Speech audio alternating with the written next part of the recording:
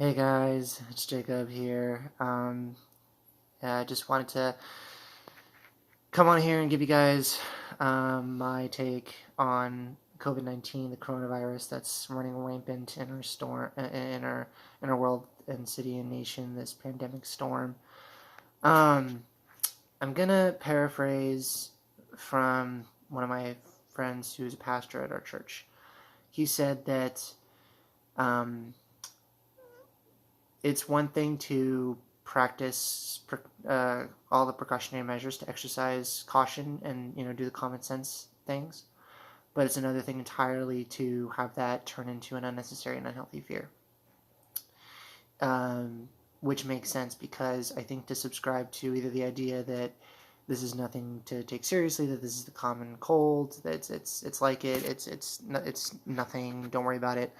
I think is I think it's a fool's errand to believe that. I think that it is dangerous, and it is contagious, and it is running rampant in our city, and everybody's being affected by it. I mean, I'm affected by it. I mean, I literally am out of a job. I'm still working, but I am out one of my main jobs for 4 weeks.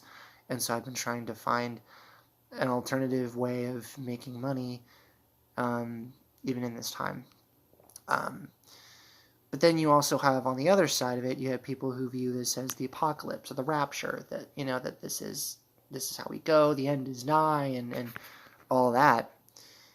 And I find that to be also equally ridiculous. I think that rather than subscribing to either or of those, I think that it's best that we take the pros of those two beliefs and we find a middle way and say, okay, obviously we need to take precautionary measures. Like, we need to continue washing our hands and do more of that stuff, continue to keep things sanitary, social distancing, all of that stuff.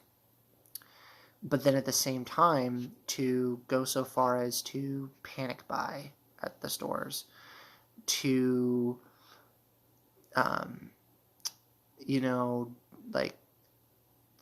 immediately assume that things are gonna happen to the point of it being a lockdown. I mean, I was talking with my mom a lot about this on and off throughout the course of this whole thing happening, and one of the things that she said that I definitely agree with is that if and when we do experience the worst of this, and this does reach the point of a lockdown, it's going to be because of fear. It's going to be because we were so focused on ourselves, we're so focused on being afraid of this whole thing, afraid that we're going to catch this, afraid that we're going to die from it, that our fear is going to be what is going to cause this lockdown. Now, that doesn't mean that we completely assume that the lockdown is going to happen. It also doesn't mean that we don't pretend that that could be an option. I mean, it's one of those things where you expect the worst, but you hope for the best. I mean, I've heard from people, family members or friends, that fully believe that, it's only a matter of time, like within a week or so, that Oregon will be listed as the next state that gets into a lockdown. That's the expected of the worst. At the same time, we're hoping for the best. We're hoping that it doesn't happen. It doesn't get to that point. We are hoping that, and I'm hoping that it's just a matter of, doing the best to self-quarantine yourself and to only go out when you need to get stuff at the store, or if you need to, do your shift at work and then just go straight home. So that's kind of my whole thing, is to not give the storm too much credence, but at the same time to look at your situation and look at everybody else's situation and think, okay, well, what is the best option for me? If you're able to work from home, work from home. If you're not able to work from home and your job is able to still be intact, then wake up, go to work, and then when you're done with work, go home. That's it, you know? Another thing that I would also encourage us to do is to have this be a time where we can come together in community. I know for me, I am mostly extroverted. I do have some introverted tendencies, but I'm mostly extroverted, and I thrive off of community. I feed off of it. So I would strongly suggest that whether it's on Instagram or Facebook or FaceTime or Skype or Snapchat or whatever it is, to be in contact with people, whether it's your family, whether it's your friends, whether it's your coworkers that you know, whoever it is, just continue to just seek out that community and not only be the one who gets that reaching out, but also be the one to reach out as well. I know that that's something that I struggle with, is I constantly am being reached out to when I should also reach out as well. And then something else that I'm going to share with you as well, and I'll close with this. I saw this photo on Facebook. I don't know how many of you have seen it, but I definitely think it's very, very true.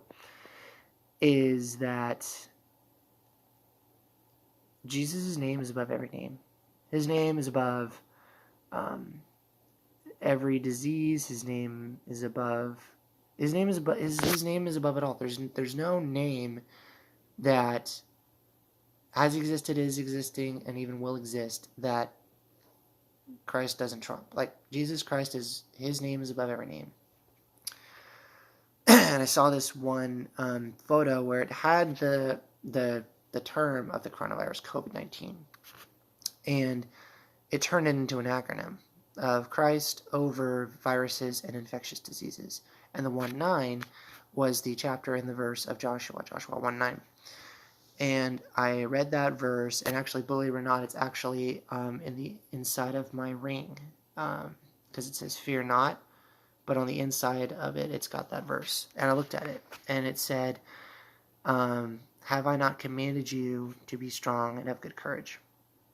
And I looked at it in different translations, and that was one of the main themes of that verse, is that it starts off with a question, and it's a question that is like, have I not commanded you to be strong and have good courage? So that's what I want to leave you. That's what I want to leave you with, is, are you strong right now? Are you courageous? You know, God has not given us a spirit of fear, but a power and of love and of sound mind. So are you afraid? You know, I think that there is a healthy fear. You know, not all fear is bad, but I think that it's what we do with that fear that where it can become a little bit of an issue. Because I know for me that there's been aspects of this whole thing where it's affected me, and I've been afraid. But at the same time, I know that God's not given me that spirit of fear. He's given me a spirit of power and of love and a sound mind, and He's given me the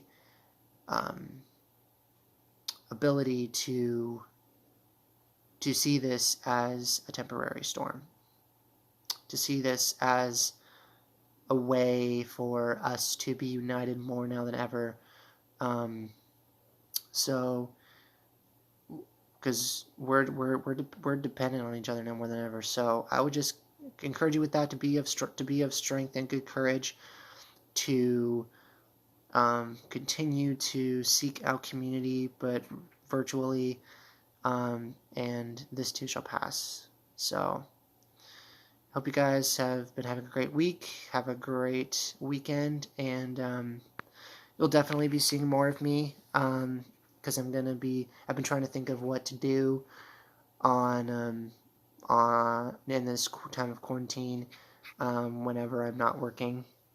That's pretty much going to be filled with reading, drawing, listening to music, and if I'm in the mood and if I feel like something to share, then I will pop up on here and record a video and post it on YouTube and maybe even other social networks. So anyway, God bless you guys.